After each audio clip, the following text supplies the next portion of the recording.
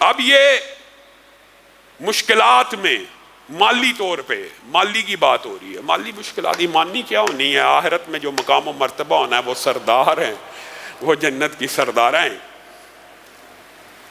اتنے تنگ دست تھے. یہ رسول اللہ صلی اللہ علیہ وسلم کی تربیت کا ایک انمول پہلو ہے. اور رسول اللہ صلی اللہ علیہ وسلم نے اپنی اولاد کے لیے یہ دعا بھی کی ہے، اللہ تعالیٰ میری اولاد کو اتنا رزق دینا جس سے صرف ان کا پیٹ بھر جائے. آج میں اور آپ کیا دعا کرتے ہیں؟ اللہ ہماری 7 نسلوں کو رزق حلال فراخ دینا یہ جائز ہے، مانگنی چاہیے. لیکن یہ رسول اللہ ہی کی سنت ہے اور رسول اللہ ہی کا حصہ ہے کہ جو اپنی اولاد کے لیے رزق بھی ایسے مانگ رہے ہیں. پھر یہ گھرانہ شادی کے بعد اثار و محبت اور الفت، اطاعت و فرما برداری. آج یہ بھی ایک لمبا چوڑا طویل باب ہے، بات ضمنی طور پہ آئی ہے. فاطمہ کس کی بیٹی ہیں؟ رسول اللہ صلی اللہ علیہ وسلم. کس کی بیوی ہیں؟ علی کی. گھر کے کام خود کرتی ہیں، روٹیاں خود گوندتی ہیں، آٹا خود گوندتی ہیں، روٹیاں خود پکاتی ہیں. حتیٰ کہ جو آٹا بنانے سے پہلے کی سٹیج ہے، چکی کا پیسنا، گندم کے دانے کو آٹے میں کنورٹ کرنا، وہ بھی اپنے ہاتھ سے پیس رہی ہیں. ہاتھوں پہ چھالے پڑ چکے ہیں. سیدنا علی اپنی بیوی کی خدمت پانی کے کنویں سے مشکیزیں چھاگلیں بھر بھر کے لا رہے ہیں. اور حضرت علی کے سینے کے اندر درد شروع ہو گئی ہے اور سیدنا علی اور سیدہ فاطمہ بیمار پڑ گئے ہیں. حضرت علی اپنی زوجہ کے پاس آ کے کہتے ہیں، اے فاطمہ اب تو اسلام امیر ہوتا چلا جا رہا ہے، غلام بھی آ گئے ہیں، بدر کے بعد قیدی بھی آ چکے ہیں، مال غنیمت بھی آ چکا ہے، اپنے بابا کے پاس جائیے اور ان کو حقیقت حال بتا دیجئے کہ آپ کے ہاتھوں میں چھالے پڑ چکے ہیں. علی کا سینہ پانی اٹھا اٹھا کر درد سے ہر وقت کراہتا رہتا ہے. سیدہ گئیں رسول اللہ صلی اللہ علیہ وسلم کے پاس، لیکن ہمت نہ ہو سکی بات کرنے کی. پھر ہمت جٹائی، پھر رسول اللہ صلی اللہ علیہ وسلم کی بارگاہ میں آئی اور آ کے یہ جو حضرت علی نے مشورہ دیا تھا ساری کی ساری بات رسول اللہ کو سنا دی. رسول اللہ صلی اللہ علیہ وسلم نے اس وقت جو جواب دیا، اگر امت کو یہ جواب سمجھ آ جائے تو اسلام کا عروج دوبارہ بھی شروع ہو سکتا ہے. اور اسلام کے زوال کا ایک بہت بڑا سبب یہ ہے جس کو ہم نے پس پش ڈال دیا. رسول اللہ صلی اللہ علیہ وسلم نے سیدہ کو کہا، ٹھیک کہتی ہو، درست کہہ رہی ہو، قیدی آ گئے، مال غنیمت بھی آ گیا، پیسے بھی آ گئے، لیکن میں محمد صلی اللہ علیہ وسلم یہ قیدی بیچ کر اصحاب صفہ کا پیٹ پالنا چاہتا ہوں. یہ اسلام کا پہلا مدرسہ ہے، یہ دین کے طالب علم ہے، میں ان کو اپنی اولاد کے اوپر فوقیت دیتا ہوں.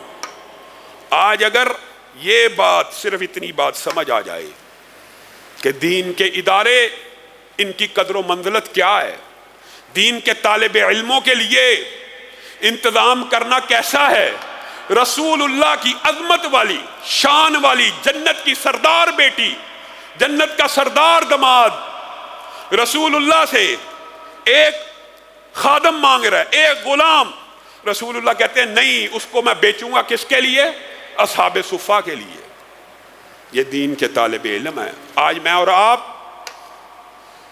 دکھ کی بات ہے، ہسپتالوں کے ساتھ مدد کر دیں گے جن کی بے شمار لمبی چوڑی این جی اوز ہیں، اور ان این جی اوز کے نیچے مینجمنٹ کمیٹیز ہیں، اور ان مینجمنٹ کمیٹیز کے ایک ایک ڈاکٹر کی تنخواہ 10-10 15-15 لاکھ ہے. آپ ان کو پیسے دیتے ہوئے پورا گھر بھی دے دیں گے. 10 مرلے کئی دوستوں نے دے دیا، کئیوں نے 70-70 لاکھ دے دیا.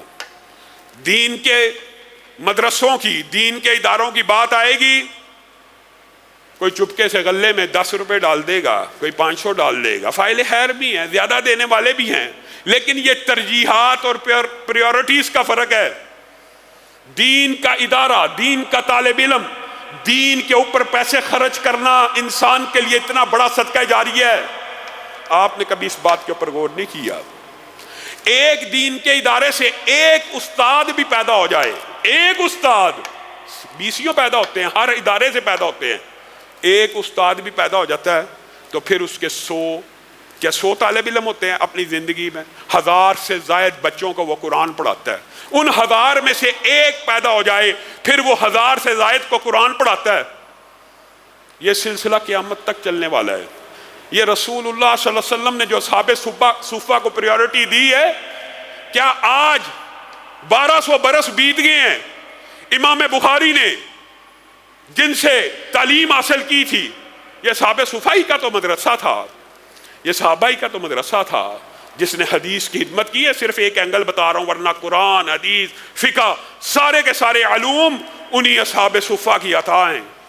بتائیے آج بھی 1200 برس گزر جانے کے بعد کوئی بندہ صحیح بخاری میں موجود حدیث ممبر پہ بیان کرتا ہے، مسجد میں بیان کرتا ہے، تو کیا وہ بندے اس ثواب میں شامل نہیں ہوئے جنہوں نے امام بخاری کی کفالت کی ہوگی؟ کیا یہ جو ائمہ محدثین ہیں جن کی کتابیں ہم پڑھتے ہیں، ان کے مدارس کو چلانے والے فاعل خیر، ان کی بیان کردہ حدیثوں کے نیکیوں میں شامل نہیں ہو گئے؟ آپ نے اس بات کو نہیں سمجھا. اور دین کے اداروں کو، میں اس لیے آپ کو بے شمار رمضان آتا ہے تب بھی یہ کہتا ہوں کہ اپنی زکوٰۃ کے اندر بھی، اپنے صدقات کے اندر بھی ان لوگوں کے لیے سب سے پہلا مصرف رکھا کیجئے جن کے لیے آپ نے حدیثیں سنی ہوئی ہیں، سمندر کی مچھلیاں دعائیں کرتی ہیں. ایمانداری سے بتائیے گا، بات آئی ہے ضمنی طور پہ، کیا سمندر کی مچھلیوں نے کبھی زمین دیکھی ہے؟ نہیں دیکھی. یہ صرف قدر و منزلت سمجھانا مقصود ہے. ان کو کیا پتا کہ زمین کے اوپر کیسی مخلوق رہتی ہے؟ ان کو بھی اللہ تعالیٰ نے وحی کی ہے کہ زمین کے اوپر کچھ لوگ دین کے حصول کے لیے محنتیں کر رہے ہیں، ان کے لیے دعائیں کرو. ان کو بھی اللہ نے حکم دیا. میں اور آپ نے اس کو بڑا معمولی کام سمجھا. دین کے اداروں کو سپورٹ کیا کیجئے، یہ تو ضمنی طور پہ بات آئی ہے تو آپ کو کہہ دیئے. یہ وہ گھرانہ ہے. رسول اللہ نے کہا نہیں، لیکن باپ تھے، باپ تو تھے نا، پتہ نہیں دل کے اوپر کیا بیتی ہوگی. اسی دن سیدہ فاطمہ کے گھر آ گئے. اسی دن علی بھی ہیں، فاطمہ بھی ہیں، اور کہنے لگے آج تم نے خادم کا، یہ ایک باپ کا رشتہ، وہ نبی کا منصب تھا، یہ ایک باپ کا منصب بھی تو ہے. پتہ نہیں کلیجے کے اوپر کیسی چوٹ لگی ہوگی. ان کی داد رسی کے لیے آگے، فاطمہ میں تمہیں خادم سے بھی بہتر عمل نہ بتاؤں؟ جی اللہ کے رسول بتا دیجئے. کیا تمہیں ایک ایسا عمل نہ بتا دوں تم تھکو گی نہیں؟ سارا دن محنت کر کے جب تم بستر پہ آنا تو 33 مرتبہ سبحان اللہ کہہ دینا، 33 مرتبہ اللہ اکبر کہہ لینا، 33 مرتبہ الحمدللہ، اور بعض روایات میں 34 اور 33 کی. اور ہر نماز کے بعد سبحان اللہ 10 مرتبہ کہہ دینا، ہر نماز کے بعد الحمدللہ اللہ اکبر 10 مرتبہ کہہ دینا، جس کو آپ اور میں کیا کہتے ہیں؟ تسبیح فاطمہ. یہ حضرت فاطمہ کی عطا ہے جو رسول اللہ صلی اللہ علیہ وسلم نے سیدہ فاطمہ کو عطا کی تھی. اور سیدہ فاطمہ نے اور سیدنا علی نے پوری امت کو بتا دیا کہ رسول اللہ صلی اللہ علیہ وسلم نے تھکاوٹ دور کرنے کا، اور یہ اتنا مجرب ہے، اتنا مجرب ہے، کئی مرتبہ میں نے آزمایا ہے. انسان سفر سے سارے دن کی محنت کے بعد جب تھک جاتا ہے نا، جب انسان، آپ بھی کبھی گھر میں جائیں تو انسان اپنے بیٹوں کو یا گھر والوں کو کہتا مجھے دباؤ. اس سے پہلے اگر آپ یہ وظیفہ پڑھ لیں تو یقین مانیے کہ جس طرح کوئی بیمار بندے کو گلوکوز کی ڈرپ نہیں لگ جاتی، ویسی انرجی ایک دم جسم میں آ جاتی ہے. آپ آزما کے دیکھ لیجئے. 33 مرتبہ 1 منٹ میں پڑھا جاتا ہے، 1 منٹ سے بھی کم میں عادت بن جائے 1 منٹ. ہم نے لیکن نبوی نسخوں کے اوپر عمل نہیں کرنا. اب یہ بھی ایک عجیب بات ہے، بات تلخ کئی دفعہ نکل جاتی ہے. ہم نے کس کے نسخوں پہ عمل کرنا ہے؟ شیخ الوظائف واللطائف اور پتہ نہیں کیا کیا جبے کبے ان کے غیر کئی وظائف تو شرعی بھی ہوتے ہیں، ویسے ہی بندہ بات کرے، لیکن کئی ایسے ہیں جن کا نہ سر ہے نہ پیر ہے، اعداد لکھے جانے ہیں، اعداد، عددوں کے وظیفے، مطلب کہ گنتی لکھی ہوئی ہے. تویز دیتے ہیں ان کے اوپر گنتی لکھی ہوتی ہے، کاٹے مارے ہوتے ہیں. اللہ کے بندو، رسول اللہ صلی اللہ علیہ وسلم نے کون سی ایسی فیلڈ ہے، کون سی ایسی بات ہے جو چھوڑ دی ہو؟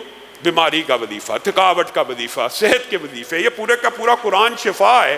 ان کی آیات سے آپ جو مرضی شفا کا کوئی مجربات ہیں استعمال کریں، کوئی حرج کی بات نہیں، لیکن وہ مشکوک ابہام مبہم باتیں، جی فلاں جگہ جا کے کیل ٹھوک دو، اور جی اچھا ایک عجیب و غریب چکر یہ بھی ہے، جس بندے کو وہم ڈالنا ہونا، دیکھیں ہر بندہ ایک دنیا کے اندر مشکلات کا شکار تو ہوتا ہے، ہر بندہ ایک اپنی بیٹل تو لڑا ہوتا ہے، چاہے آپ کو ظاہری طور پہ جتنا مرضی مطمئن نظر آئے، دنیا کا کوئی انسان ایسا نہیں جو معاملات یا مشکلات یا بعض امور میں پھنسا نہ ہو، ایک نارمل بات ہے، obvious بات ہے، وہ آپ کو ایسا چکر ڈالتے ہیں، جی بندش ہو گئی ہے، جی یہ ہو گیا وہ ہو گیا، جی یہ فلاں معاملہ گڑبڑ ہے، آپ کا کوئی کام، اب آپ نے گھر جا کے کیل ٹھونکنے ہیں، فلاں یہ کرنا ہے، سری لے کے آنی ہے، الو کا خون بھی چاہیے، عجیب و غریب گفتگو، عجیب و غریب باتیں، یہ سب غیر شرعی طریقے ہیں علاج کے۔ علاج کا شرعی طریقہ قرآن پاک کی آیات پڑھ کے کوئی دم کرے 100% جائدہ آپ کو آیات بتا دے، اس کے اوپر عمل کریں، لیکن اس طرح کے جو مشکوک اور مبہم طریقے ہیں کبھی ان کی باتوں میں جھوٹ بولتے ہیں، یہ ایک قیافہ شناسی ہے۔ خیر رسول اللہ صلی اللہ علیہ وسلم نے اپنی بیٹی کو کے دل کے اوپر مرہم رکھی اور اپنی بیٹی کو اور بیٹے کو علی کو تسلی دی۔